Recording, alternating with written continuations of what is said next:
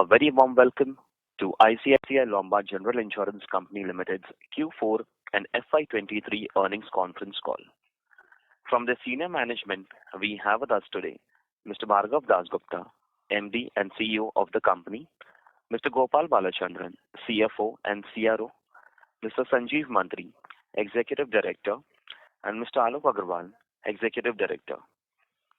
Please note that any statements or comments made in today's call that may look like forward-looking statements are based on information presently available to the management and do not constitute an indication of any future performance, as future involve risks and uncertainties which could cause the results to differ materially from the current views being expressed. As a reminder, all participant lines will be in the listen-only mode, and there will be an opportunity for you to ask questions after the presentation concludes. Should you need assistance during this conference call, please signal an operator on your touchtone phone. Please note that this conference is being recorded.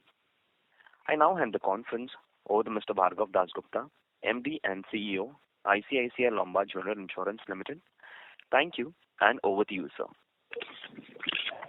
Thank you, Nirav, and good evening to each one of you. Thank you for joining the earnings conference call of ICICI Lombard General Insurance Company for Q4 and FY2023.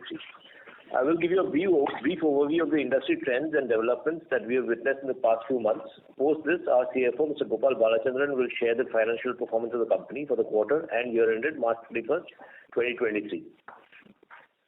The Indian economy is showing signs of resilience while the global economic uncertainty remains elevated. Domestically, all the leading indicators are pointing towards sustained momentum in the economic activity. However, persistence of elevated inflation in advanced economies, tightening financial conditions, and ongoing geopolitical tensions may impact domestic growth going forward. For the quarter, as per data published by SIAM, the new vehicle sales continue to deliver growth year-on-year for private cars. However, the pent-up demand seems to have settled. Commercial vehicle segments continue to deliver robust growth, while the two-wheeler segment, in terms of volumes, is still below the pre-pandemic level. Health insurance continues to deliver robust growth. The commercial lines witnessed growth in line with the current market environment. The overall growth for the industry was highest in the last 5 years. We remain optimistic that the industry will continue to grow given the favorable regulatory changes, low penetration, and positive customer sentiment. Speaking of performance, the GI industry delivered a GDPI growth of 16.4% for FY2023. At the same time, the underwriting performance remained weak, with the combined ratio of the industry at 116.2 for 9 months of this year, as against 119.2 for 9 months FY2022. For motor business, the combined ratio for the industry was 123.5% for half year of this year, which improved to 118.9 for Q3 FY2023 as per public disclosure. While there may be gradual signs of improvement in the motor segment, the combined ratio remains higher than FY22 levels, which was at 115.6. The authority in the current financial year introduced various reforms seeking to expand the market and increase the penetration of insurance products. During the quarter, the authority notified expensive management and payment of commission regulations, proposing an aggregate limit at a company level with effect from 1st April 2023. Moving to the business impact for us during the quarter, the company grew by 6.7%. Excluding crop and one-off transaction in the motor segment, the company grew by 12.6% as against the industry growth ex-crop of 17.9%. Coming to the growth of key segments... Sorry to interrupt you. Sir, there is a slight disturbance coming from the line. Participants, please stay connected. Okay. Is it better now? Yes, sir. Now it's better. Okay. I just repeat the last line that I spoke.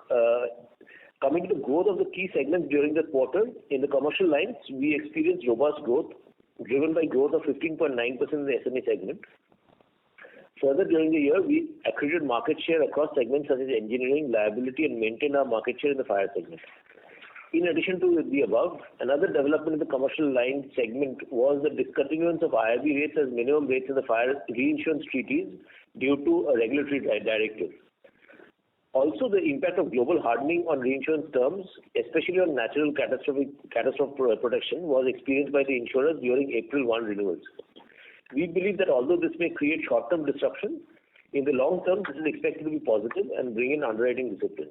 At the same time, for players like us who have capital, brand and presence across multiple lines of business at scale, we should benefit from this. In motor, we grew by 11.5%. Excluding the one-off transaction, the growth was muted at 0.6% as against the industry growth of 13.1%. We continue to focus on profitable subsegments using historical granular data and rebalanced our portfolio, resulting in a CV mix at 22.3% and two-wheeler mix at 27.8% for FY2023. Similar to the previous year, the overall health segment continued to be the fastest growing segment of the industry. During the quarter, we grew at 31.1%, which was higher than the industry growth of 29.7%. In group health, the employer-employee segment, the change in underlying industry pricing sentiment resulted in customers moving towards companies which have better underwriting and service capabilities, resulting in a group health segment to grow by 35.7% during the quarter and 43.9% for the year. As a result of our continued investment in retail health distribution, we have outgrown the industry for Q4 FY2023 with a growth of 19.4%, and in the month of March with a growth of 27%. This was driven by business sourced through retail health agency vertical, which grew at 30.9%. Further, in the month of February, we undertook a price increase in our retail health indemnity renewal book at approximately about 19%. I would also like to share that our one-stop solution for all insurance and wellness needs, I'll Take Care app, has surpassed 4.6 million user downloads till date. The incremental download for the quarter was close to 1 million. For Q4 of FY23, quarter-on-quarter growth of premium sourced through this app was 58.4%, which is over the previous quarter, Q3 of FY23, thus contributing 55.1 crore to GDPI. For Q3 of FY23, this number was 347.9 million or 34.7 crore. For Q2, it was 27.4 crore, and for Q1, it was 10 crores. Our bank insurance and key relationship groups grew at 25.7% this quarter. Within this, ICICI Bank distribution grew at 14.2%, and the non-ICICI Bank distribution grew at 32.2%. Post-pandemic, the recovery in credit growth, along with increase in wallet share in distribution partners acquired through the demerger, has been the key growth driver. Our business sourced through our digital one team grew at 19.4%. Overall, our digital focus has enabled us to increase our digital revenues, which includes the I'll Take Care app, to 3.14 billion, which accounts for 6.3% of our overall GDPI for the quarter. We remain on track and are focused on growth levers such as innovation, digital advancements, launching new products, strengthening our distribution engine, rationalizing cost while scaling up our preferred lines of business. I will now request Gopal to take you through the financial numbers for the recently concluded quarter. Thanks, Bhargav, and good evening to each one of you. I will now give you a brief overview of the financial performance of the company for Q4 and FY 2023. We have uploaded the results presentation on our website. You can access it as we walk you through the performance numbers. Gross direct premium income of the company was rupees 210.25 billion in FY 2023 as against rupees 179.77 billion in FY 22, a growth of 17% against the industry growth of 16.4%. Our GDPI growth was primarily driven by growth in the preferred segments. The overall GDPI of our property and casualty segment grew by 18.9%. At rupees 59.73 billion in FY23 as against rupees 50.24 billion in FY22. On the retail side of the business, GDPI of the motor segment was at rupees 85.82 billion in FY23 as against rupees 82.8 billion in FY22, registering a growth of 3.7%. Excluding the one-off transaction that Bhargav referred to, the growth was at 6.9%. Our agents, including the point of sale distribution count, was around 1,13,000 as on March 31, 2023. Up from 1,06,119 as on December 31, 2022. The advance premium was rupees 32.17 billion as at March 31, 2023 as against rupees 32.79 billion as at December 31, 2022. Resultantly, combined ratio was 104.5% for the full year as against 108.8% in FY22. Combined ratio for the quarter was 104.2% this year as against 103.2% in Q4 FY22. Our investment assets rose to rupees 431.8 billion at March 31, 2023, up from rupees 414.51 billion at December 31, 2022. Our investment leverage net of borrowings was 4.15 times at March 31, 2023, as against 4.16 at December 31, 2022. Investment income for the full year was rupees 29.77 billion, as against rupees 30 billion in FY 2022. On a quarterly basis, investment income increased to 8.17 billion in Q4 FY23, as against rupees 7.06 billion in Q4 FY 2022. Our capital gains, net of impairment on investment assets, stood at rupees 4.53 billion in FY 2023, as compared to rupees 7.38 billion in FY 22. Capital gains in Q4 FY23 was at rupees 1.59 billion, as compared to rupees 1.36 billion in Q4 FY22. Our profit before tax grew by 25.5% at rupees 21.13 billion in FY23, as against rupees 16.84 billion in FY 2022. Whereas PBT grew by 39.5% at rupees 5.73 billion in Q4 FY23, as against rupees 4.1 billion in Q4 FY22. Consequently, profit after tax grew by 36% at rupees 17.29 billion in FY23, as against rupees 12.71 billion in FY22. Whereas profit after tax grew by 39.8% at rupees 4.37 billion in Q4 FY23, up from rupees 3.13 billion in Q4 FY22. PAT includes the reversal of tax provision of rupees 1.28 billion in Q2 FY 2023. The Board of Directors of the company has proposed a final dividend of rupees 5.5 per share for FY 23. The payment is, however, subject to approval of shareholders in the ensuing annual general meeting of the company. The overall dividend for FY 2023, including the proposed final dividend, is rupees 10 per share. Last year, it was 9 rupees per share. Return on average equity was 17.7% in FY 23, as against 14.7% in FY 22. The return on average equity for the Q4 FY 23 was 17.2%, as against 14% in Q4 FY 22. Solvency ratio was 2.5 times at March 31, 2023, as against 2.45 times at December 31, 2022. Continues to be higher than the regulatory minimum of 1.5 times. As I conclude, I would like to reiterate we continue to stay focused on driving profitable growth, sustainable value creation, and safeguarding interest of policyholders at all times. I would like to thank you all for attending this earnings call, and now we will be happy to take any questions that you may have. Thank you. Thank you very much. We will now begin the question and answer session. Anyone who wishes to ask a question may press star and one on their touchtone telephone. If you wish to remove yourself from the question queue, you may press star and two. Participants are requested to use handsets while asking a question.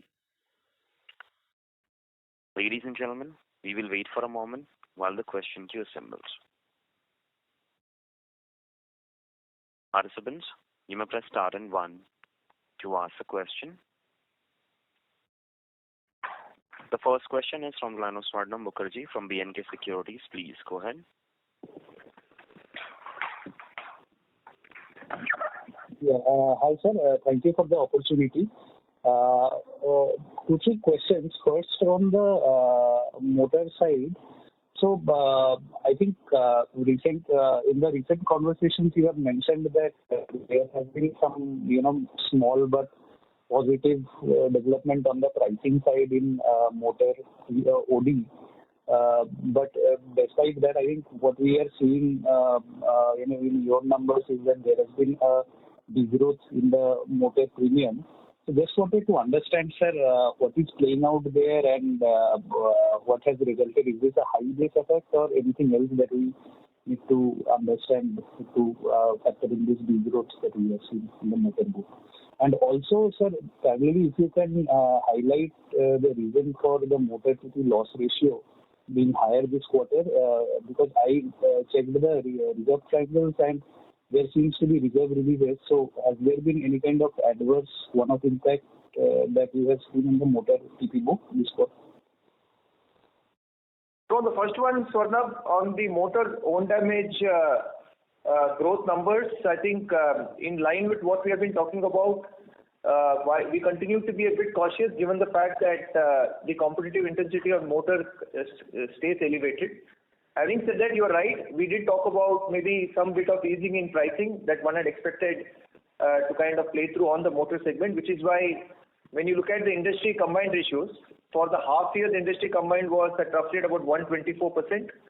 if you look at that number for quarter 3, that number was about 118%. So clearly, I think there seems to be some signs of a bit of easing insofar as the industry participants are concerned. Insofar as ICICI Lombard, I think if you recollect what we had said was, obviously we continue to write the motor segment through a combination of both new as well as the relatively older segment. And as we have been explaining, we have been also looking at segments which are slightly older, which typically comes with a slightly higher loss experience, and the relative cost of acquisition for that particular segment is relatively lower. So hence, from an ROE perspective, it made a lot of sense for us to look at writing that part of the business, and hence to that extent you would possibly see maybe the loss ratios slightly elevated. Having said that, I think what we would always urge is to not look at maybe any numbers on a quarter-on-quarter basis, but rather look at it more on a full year basis in terms of the opportunity. So that's one. On motor third-party loss ratios, again, we will continue to make the same stance, which is to say that in a given quarter, there are a lot of factors that influence the loss experience. And therefore, insofar as if you ask us whether there has been any change in our reserving philosophy or approach, there has been no change in the reserving philosophy or approach.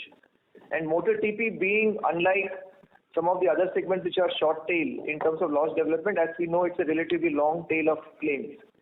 And there again, I think we would again urge all of you to look at numbers more on a full year basis. And if you look at on a full year basis, the motor third party loss ratio for the current year stands at 72%.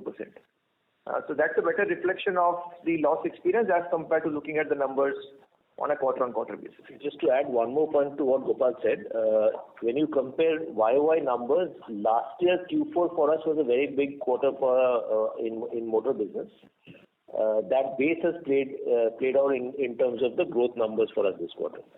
But otherwise, in terms of pushing price increases, that we are actually taking. We've pushed through some price increases. We will see whether others follow. Okay. Got it, sir. Also, in terms of the overall cost structure, sir, ideally, I understand that Q4 is generally a retail-heavy quarter, and hence our commission outgo is generally much higher. But this time, the net commission ratio is somewhere around 2% to 2.2% kind of a number. So, is there any impact of the one-off transaction in this? If you could highlight the reason, and also the one-off transaction, if I were to triangulate the numbers somewhere in the P&L, how should I look for it? So at least insofar as the net commission is concerned, I think there is definitely nothing which is more one-off. We obviously see cyclicality in some of the outcomes when you see on a quarter-on-quarter performance. Particularly, for example, on some of the commercial line portfolios, we get to see the experience of how good or bad the portfolio outcome has been. That gets demonstrated at the end of the financial year, particularly in quarter 4. And hence, to that extent, you will possibly be able to see some element of maybe profit commission that typically gets recognized in Q4. But there's nothing which is like one-off. And in general, as we have been talking about on the commercial line, our portfolio experience has been, in that sense, profitable. And therefore, the terms of commissions that we get from the reinsurers is what has possibly resulted in maybe the net commission ratio reflecting a different number. But otherwise, there is no one-off insofar as this particular recognition is concerned. Thank you. Swarnab, sorry to interrupt you. I'll request to join the queue again for a follow-up question. The next question is from the line of Avinash Singh from Emkay Global. Please go ahead. Yeah, hi. Good evening. 2 questions. First is more on the regulatory side, where regulator has sort of bring in, I would say, a vague clause saying that benefit of a direct distribution to be passed on to the policy holders. Now, here my question is that is the regulator sort of saying to you or the industry that, okay, you have to have a kind of a direct version of the same policy? Or if not, I'm saying that simply that, okay, what if a health policy, a retail policy, a customer coming for renewal, now are you supposed to pass on that if the customer is willing to pay to your branch and your portal directly? Are you willing or are you required now to pass on this commission difference? I am talking of a renewal where, there is definitely almost no cost in terms of direct. I can understand the cost on the new issuance. But when a customer is coming for the renewal directly for health, I mean, virtually there is no distribution cost involved. So, I mean, are you going to pass on or are you required? That's number one. And second, on the, expense of management side, I mean, of course, the new regulation has come, but even for the existing regulation perspective, I mean, for your scale, the 31% kind of a reported expense of management, it looks, I mean, there is something, I mean, the operating leverage is kind of a bit evasive. And to add to that, if I see the P&L, there is some close to 900 odd crores or like, close to 4% of your gross premium that is being charged to a shareholder's account, whereas the ratio says 31%. So why is, I mean, at least from the ratio, it does not appear as if you have breached expense of management by that kind of amount. So what's the sort of a connection I am missing here? These are my two questions. Thank you. Thanks, Avinash. Gopal will take the second question. Let me answer the first.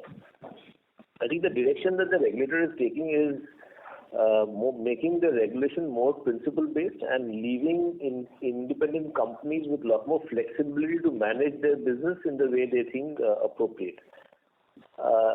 Everything that they're doing, at least our read of the matter, is they're giving insurance companies a bit more choice than what we had in the past.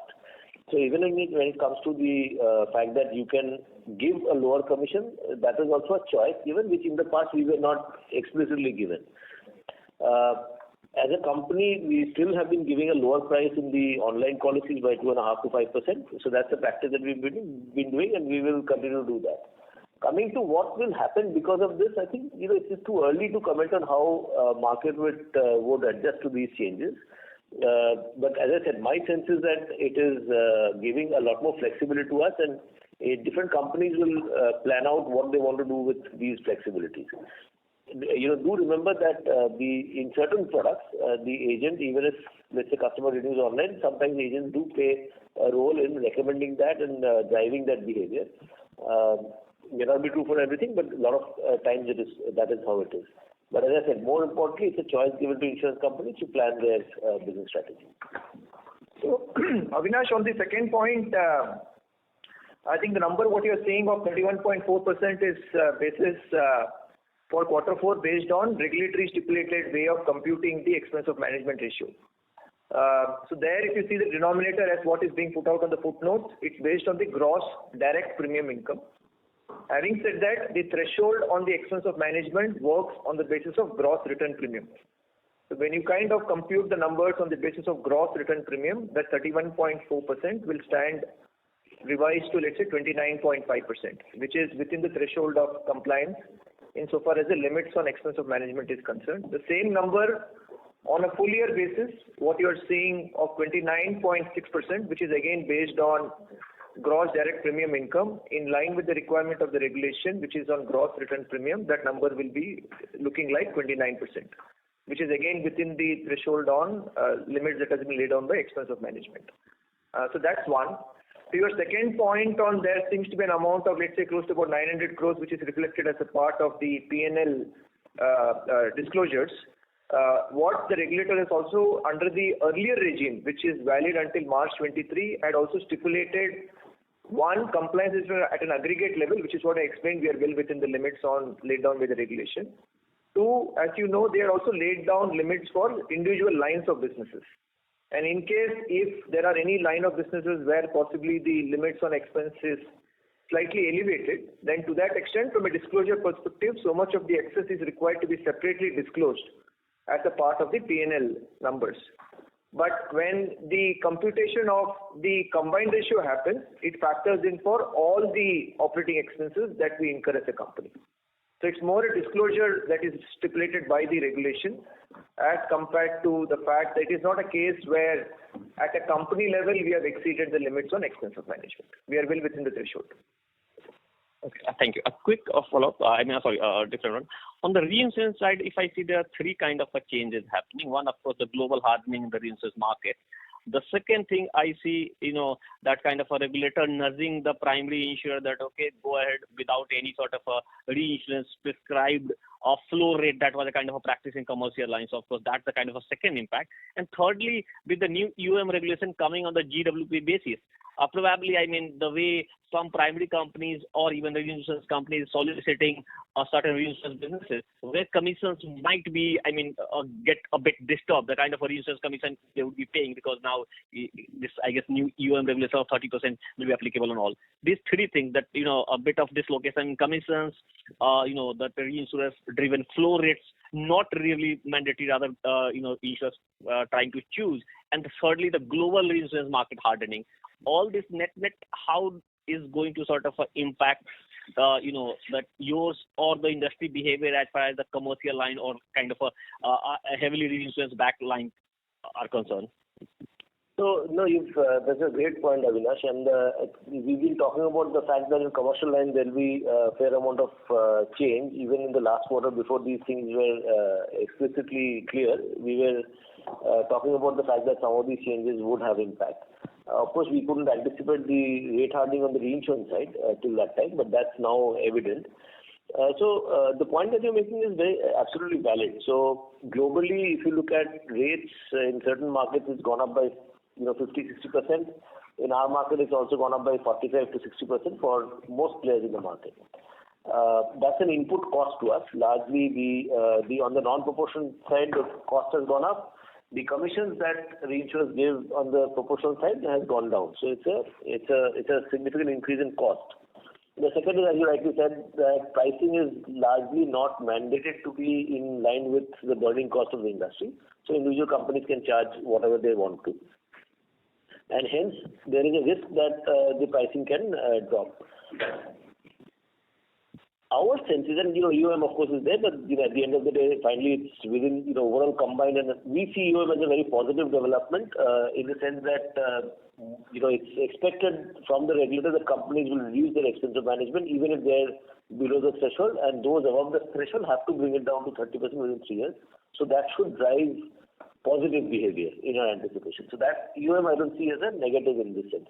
From the first two perspectives, I think the way we are seeing the market in the first month, on the second issue in terms of rates coming down, episodically one or two cases have come down, but on aggregate the rates haven't come down as much as we would be worried about. It's come down a little bit, but nothing material.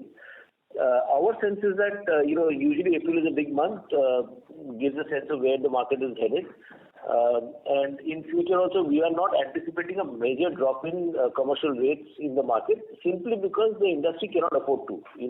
As you rightly identified, on one side the cost has gone up, and it's not as if the combined ratio for the industry was very healthy.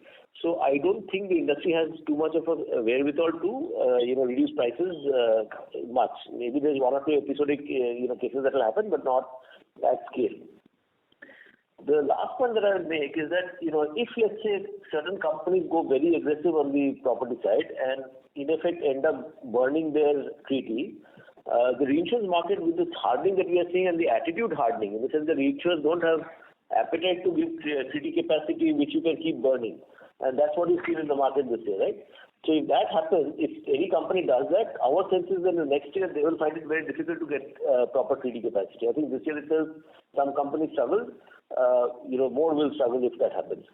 And if that happens, I think we are on a better wicket, because we have the capital and the solvency and the size to continue, and the quality of a book that we've been writing and the discipline on underwriting, we should stand to benefit.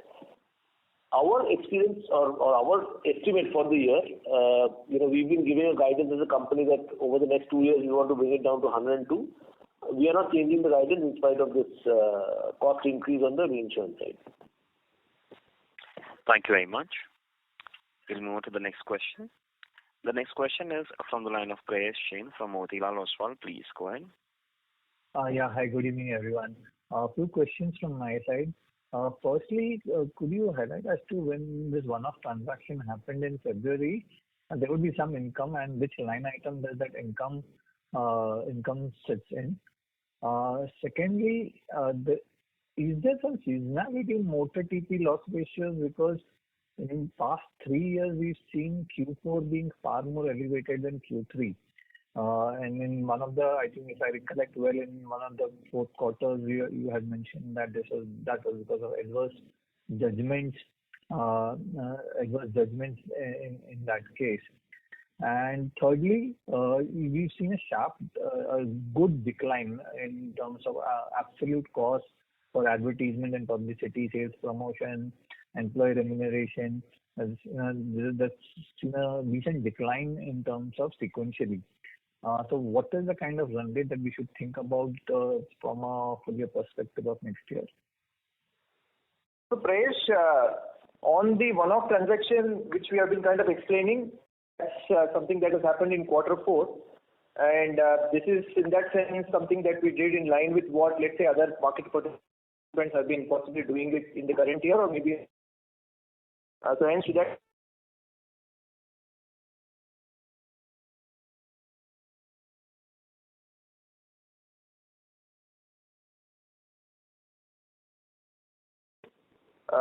In so far as your motor third party loss ratio trend line of seasonality between quarter 4, there is in that sense not any specific seasonality that typically gets attached. So for example, if you recollect 2 years back, which is in FY21, at that point of time when we had possibly seen elevated levels of motor third party loss ratios being higher, we had kind of talked to the market to say that we did see at that point of time incrementally new Supreme Court judgments that had come through in terms of defining the basis on which compensation will get paid to victims of accidents. And hence to that extent, when we kind of evaluated that particular book, we obviously wanted to make sure that we did not know in which direction that would take shape insofar as future settlements are concerned. But having said that, given that we have always followed a prudent approach to reserving, we obviously wanted to strengthen the reserves at that point of time. And hence to that extent, you would have possibly seen maybe an elevated quarter 4 motor third party loss number. The last year again is more a function depending on how things have come back in terms of normalcy, because last 2 years typically has been periods where we have seen in different quarters COVID experiences play out, and hence to that extent the scale of operations will possibly also be a function of what kind of loss experience that one exhibits. And thirdly, as we keep saying, one should always look at particularly long tail line of businesses experiences more on ideally over longer years, but definitely not on a quarter-on-quarter basis. You should look at more on annual numbers as compared to let's say looking at a quarter-on-quarter trend. The last point of yours, I think as we have kept saying, we do kind of look at productivity and efficiency in the overall means of doing business, and hence is where we had kind of spoken about what Bhargav just mentioned, where clearly the direction that we want to take is to bring down the overall combined from the current levels of closer to 104 that we have been operating down to, let's say, 102 over the next 2 years. And within that, we are extremely focused on looking at every element of cost, whether it is the cost of doing business or even any other investments that we are kind of looking through. So in that sense, it is not that there is any significant change. We continue to make investments in the health agency platform that we have spoken about. We continue to stay invested in digital, and in line with our recent digital day that we had, which we kind of shared with all of you, we continue to stay invested in these various technology transformation projects as well. So hence to that extent, that is how we should look at in terms of the loss, in terms of the expense ratio trend line. Nothing specific that is there as a one-off insofar as the quarter 4 numbers is concerned. Thank you. Thank you very much. The next question is from the line of Shreya from CLSA. Please go ahead. Hi, thank you for the opportunity. Sir, I have most of my questions are answered. I have one basic doubt that the reinsurance that gets added to the gross direct premium and eventually becomes gross premium written is high for fourth quarter seasonally, or because even last year fourth quarter it was a higher number. This year again it's a higher number. If you can help me understand this. So nothing unusual, Shreya, in that sense. I think we look at the reinsurance inward is again an opportunity that one sees depending on how we are able to get businesses for a particular period. So in general, yes, there could be some kind of a seasonality attached to it. For example, you would see on the corporate side to be significantly heavy in Q1. You may see retail to be significantly heavy in Q3. You may see Q2 and Q3 seasonality attached to crop. So therefore, different businesses exhibit, and maybe retail health, for the matter of fact, to some extent, I would say, attached to some seasonality in Q4 as well. So hence, there are different lines of businesses that exhibit seasonality. And hence, to that extent, the reinsurance inward could also be one of them. But at the end of the day, whichever segment that we are talking about, we obviously look at it from the ultimate lens of profitable growth. So in fourth quarter, this is heavy because of health, is what you're saying, because commercial is mostly first quarter. Not necessarily. All that I was referring to is different segments of businesses could have seasonality attached to it. As an example, I'm not saying in the context of reinsurance inward. Even on the direct side, on retail health, you will possibly see Q4 to be a slightly seasonally higher quarter. Reinsurance inward could be a mix of business across different segments. It need not be necessarily only health. Okay. Got it. Yeah, that was my only question. Thank you. Thank you. Next question is from the line of Nidesh Jain from Investec. Please go ahead. Thanks for the opportunity. There's 3 questions. Firstly, on the combined ratio, what is the impact of this one-off transaction on our combined ratio of 104.2% for the quarter? Secondly, what is the health agency GDPI in absolute terms for FY23 and Q4 FY23? And lastly, we have got access to HDFC Bank and Axis Bank.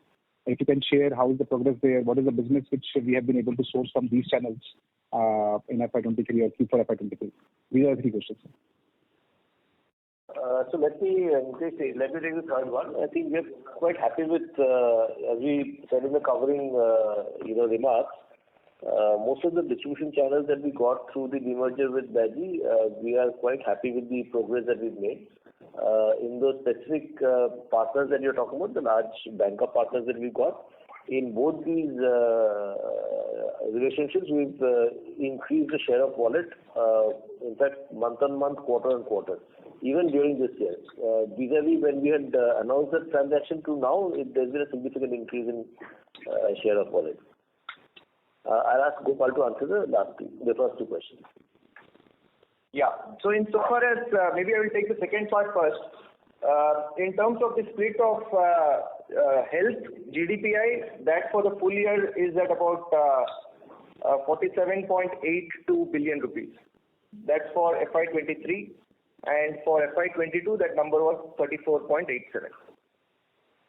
On the point on the impact of combined ratio, Nidesh, the fact that it's a commercially viable transaction is why we have done that. And hence, to that extent, in terms of it does not have any material impact insofar as the overall combined ratio is concerned. But Sure. commercially viable to us. So there's minor positive impact on combined ratio. That is the way we should look at it. That is correct. And then on the health agency, I was talking about health agency GDPI for FY23 or FY22. So 47.82 billion is total health GDPI, right? Health agency GDPI I was looking for. So the health agency GDPI for the full year stands at about 5.6 billion. 5.6 billion. Okay. Thank you, sir. Thank you. Thanks, Nidesh. Thank you. Next question is from the line of Madhukar Ladda from Nuvama. Please go ahead. Hi, good evening. Thank you for taking my question. First, on the regulatory change side, the expense management now allowable differentiate between the SAHIs and the general insurers as far as the health business is concerned. So SAHIs are allowed 35%, and but the general insurers on an aggregate level are allowed only 30%. Does that create some sort of uneven uneven field for the industry and for you guys? And second, I see that your investment income has improved considerably in Q4. And also, if you look at the Q3 balance sheet versus Q4 balance sheet, the unrealized gains have dropped significantly from about 550 crores to about 213 crores. So has there been, an increase in realized gains in this quarter, which has resulted in strong investment income performance? Those would be my two questions. Yeah. Yeah. So, Madhukar, if you look at the EOM, I think principally any difference in arbitrage in regulation is not, something that is useful. But having said that, I think SAHIs have a genuine problem in the sense that they are single product companies. So we can defray costs across multiple businesses. They can't. When we look at the fact that as a multi-line company, we write different types of businesses where the cost of distribution is lower, we don't see a big disadvantage because SAHIs have 35% and we have 30%.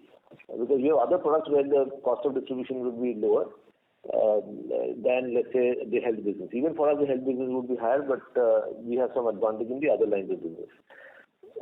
On the second question, on the investment side, Gopal, you want to take it? Yeah. So if you look at on the mark-to-market side, the drop from 550 crores to, let's say, 200 crores.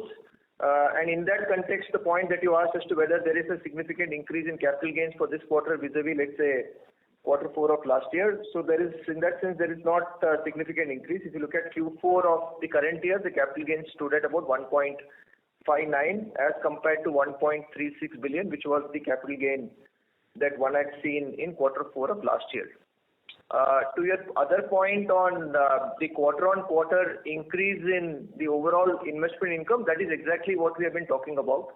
To say that any increase in the interest rate regime obviously augurs well for us, given the fact that as the portfolio starts to get rebalanced in terms of a mix of investment assets which gets invested at a relatively higher yield, you will start seeing on an incremental quarters, maybe the interest income getting reflected appropriately.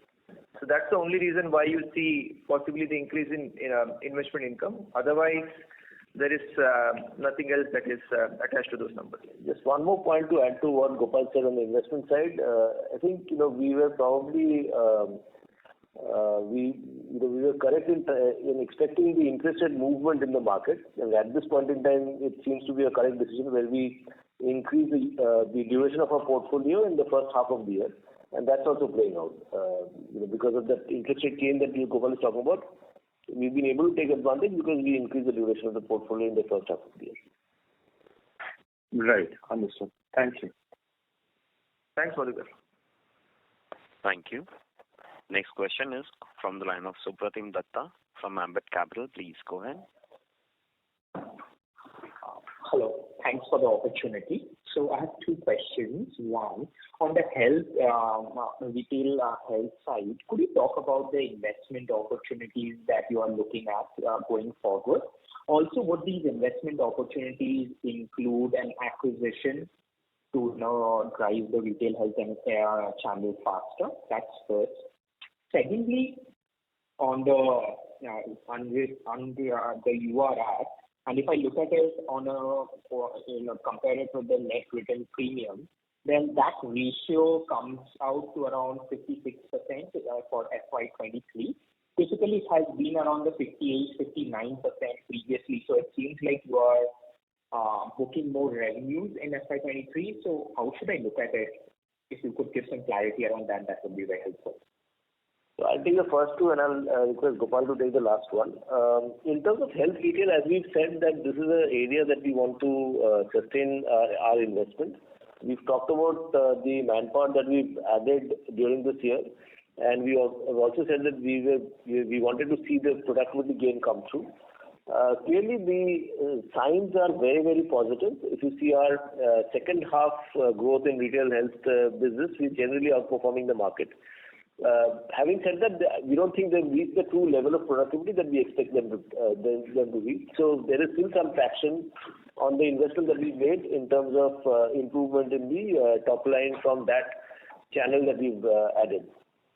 What we've decided to do is, as we go through the year, we would look at how, where we are reaching with that investment, and we will, opportunistically add more resources to ensure that the investment focus remains on building the distribution. As we said, over the last 2 years, our retail health market share is, much lower than an average, and our plan is to over the years, build it up. So that focus remains.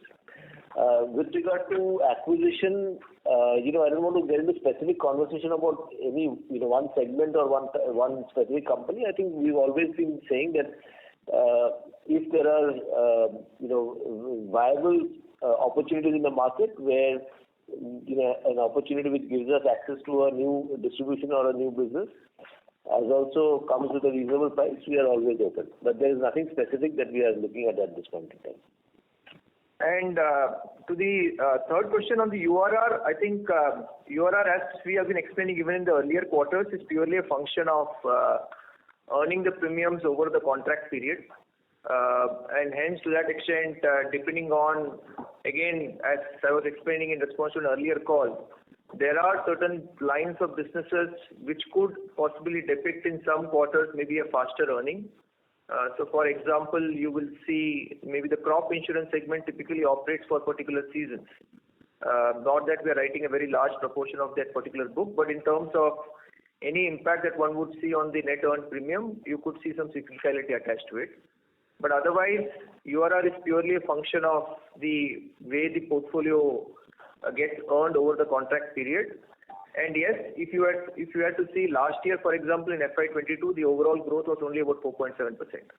Whereas if you look at our growth for the current year, it's at about 17%.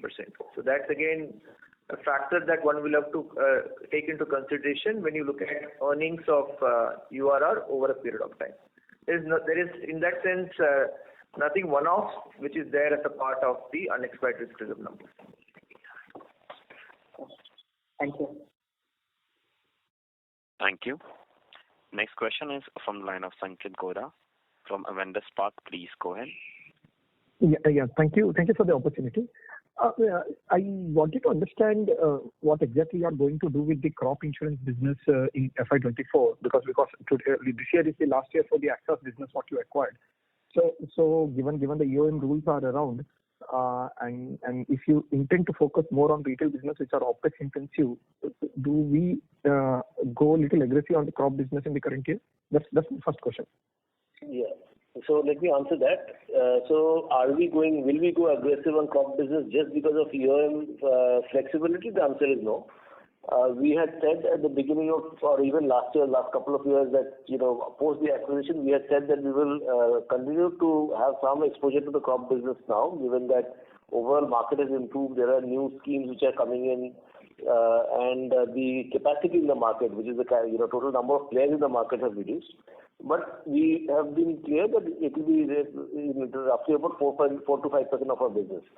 That narrative does not change. We are not changing any of those objectives just because of EOM. Got it. And given the reinsurance market, as you highlighted, has hardened, and probably the commercial lines potentially could see a lower profitability in the current year because of the rules changes or EOM rules. So the glide path, what you have mentioned, that 104 combined gradually improving to 102 by FY25, despite competitive intensity increasing in few profitable lines, you still continue to maintain that 102 by FY25 will be achieved, or there could be a deviation? So that's what we said earlier in the first, Ankit. Our objective hasn't changed. Yes, while in commercial lines the profitability may not be in line with what we have in the past, but at the same time we've taken a lot of calls during the year which will play through in the future is our expectation. Actions that you take now helps you in the next year. So we are reasonably optimistic that we will continue to deliver on that glide path that we've talked about. When it comes to commercial lines also, I think one of the things that which happens on the ground is that there's a lot of calls that are taken at a client level profitability. So if you're making a bit more money in fire, you may be a bit relaxed in pricing your group health or marine, because you're looking at an overall portfolio profitability. Okay. So if, let's say, fire profitability comes down, group health profitability should, or rather, the aggression in the group health should reduce. So those are the expectations that we have, and some of those changes we've seen in the group health side as we speak. We've not seen an improvement in marine rates as yet, but overall we believe that we will continue to manage the commercial line business profitably.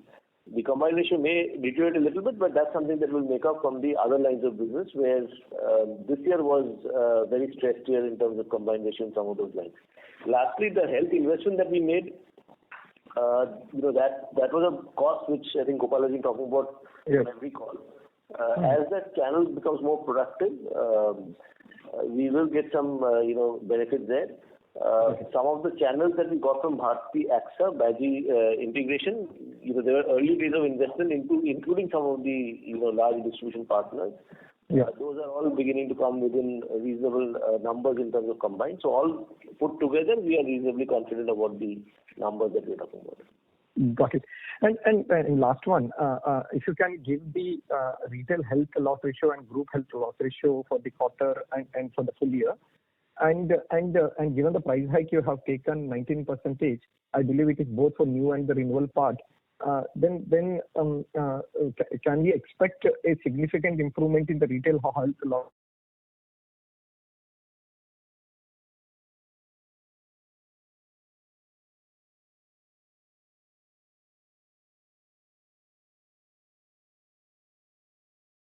Sanket, as usual, so far as Q4 health GHI loss ratios are concerned, that's at 93.2.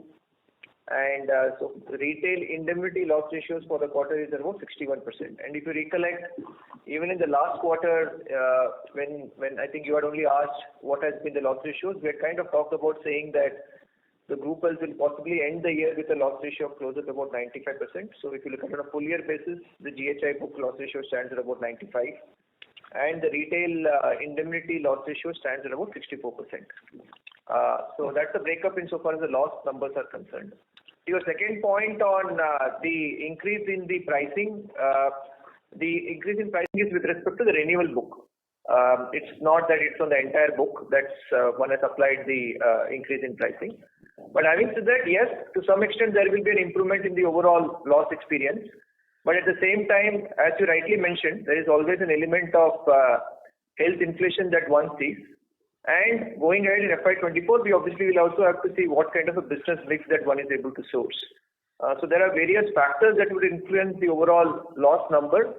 As we have said even in the past, in general, we believe the retail health indemnity book should kind of operate at a loss ratio range which will be between 65 to 70%. Thank you very much. Saket, I'll request to join the queue for a follow-up question. Next question is from the line of Gaurav Singhal from Apex Management. Please go ahead. Yeah, hi. Thanks for taking my question. Just one question from my side. So for the investment book that we have, what's the average maturity, and also what's the difference roughly between the yield that we are realizing on the investment book right now, excluding capital gains, and the incremental yield that we can invest by maintaining the same average duration? Thank you. So the duration of the book at the end of the year, FY23, was 4.99. This was slightly lower duration than what we had at the end of 9 months because, in the month of March, we had very good inflows into the portfolio, largely because the March numbers from a business perspective were positive, and also the corporate business, some of the premium comes in. So that money obviously was not invested. We didn't have enough time to invest in the long duration bonds, so that's sitting on cash.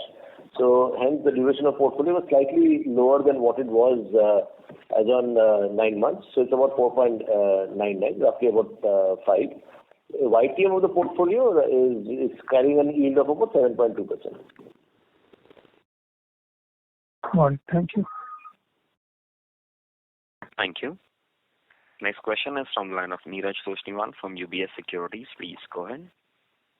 Hi, sir. Wanted to know our thoughts 1 year into motor vehicle development that we are we experiencing the tail getting shorter? And if that's so, are we going to release reserves and that is considered into our target combined ratio?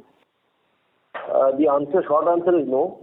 As in, it's not, it's not factored in our target combined ratio. We are still not assuming any change in the underlying pattern. As we spoke last time, what's happening on the ground kind of remains the same. We've had different judgments in different high courts. Some judgments in the favor of insurance industry, some judgments not so in favor of industry.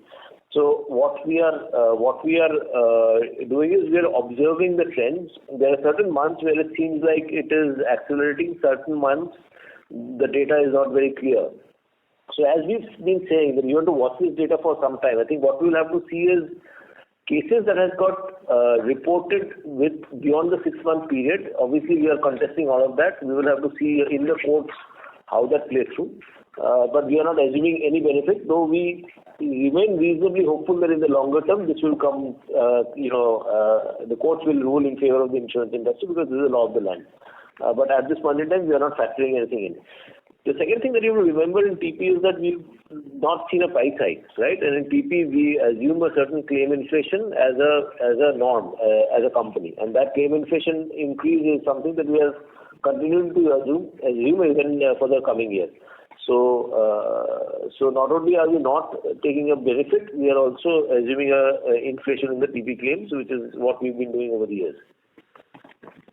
Got it. So when is the hike in discussion with the industry body which can happen? And there was some media article of change of formula towards new pricing.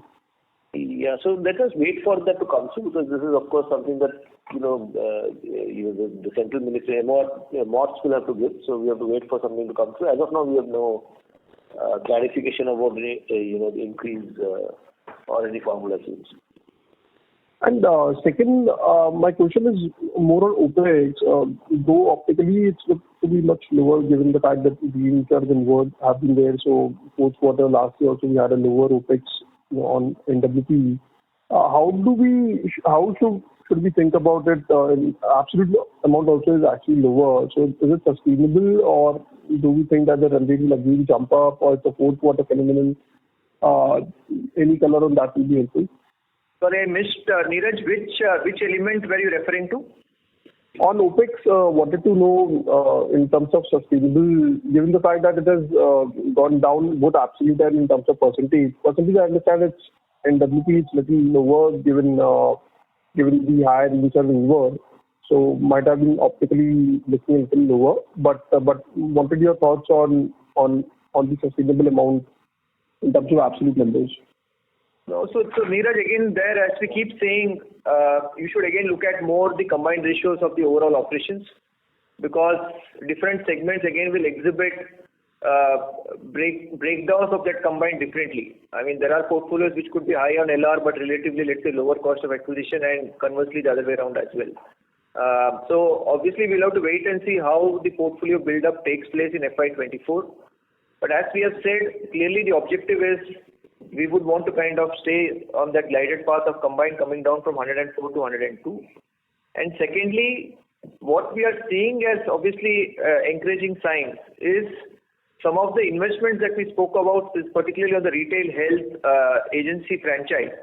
Those are starting to play out. As you would have seen in, let's say, most of the recent months, our growth percentages have been even faster than even the standalone health companies. So clearly those signs are getting exhibited. But having said that, we continue to stay invested in building that franchise, which will again mean expensing of cost upfront and the benefit of revenues coming through over a period of time. So a better trajectory is to look at more the combined ratios rather than looking at just the, let's say, expense of management number on a standalone basis. Got it. So can we expect this volatility in claim ratio to happen in the coming quarters as well? Because it's as much higher compared to what the street was building in. But obviously, as you mentioned, that this is more so to be looked at on the annual basis. Just wanted to understand how one should look at it. I mean, 74% still looks on the higher side. So in general, if you look at, I mean, I'm just giving a slightly broader range. I think if you look at the loss ratios, they have kind of stayed in the range of between, let's say, 70 to 75% in that kind of threshold. So again, as I said, that's again a function of depending on what segments of business is one able to see as an area of opportunity.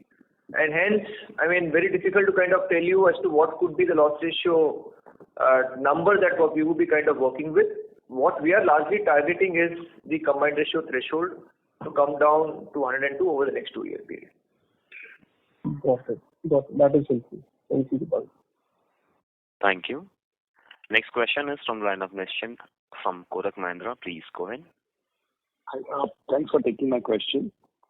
I'm looking at the advance premium, figures, and for last couple of quarters, this has actually not been going up, but it's come down a little bit, over the last 3 quarters.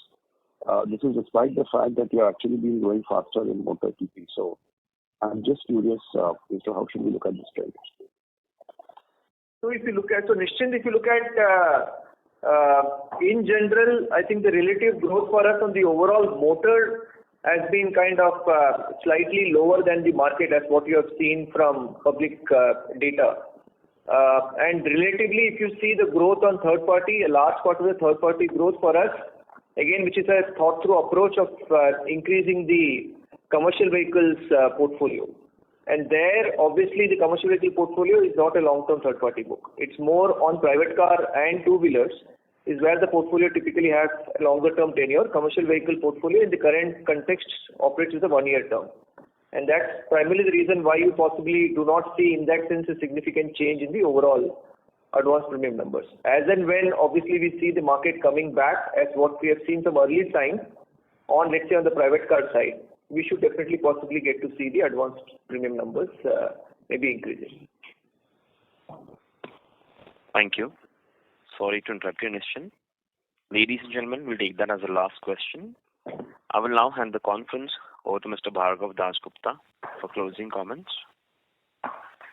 Thank you everyone for joining the call so late in the evening and look forward to engaging with you over the next few days. Thank you again. Thank you. Good night. Thank you very much. On behalf of ICICI Lombard General Insurance Company Limited, that concludes this conference. Thank you for joining us. You may now disconnect your lines. Thank you.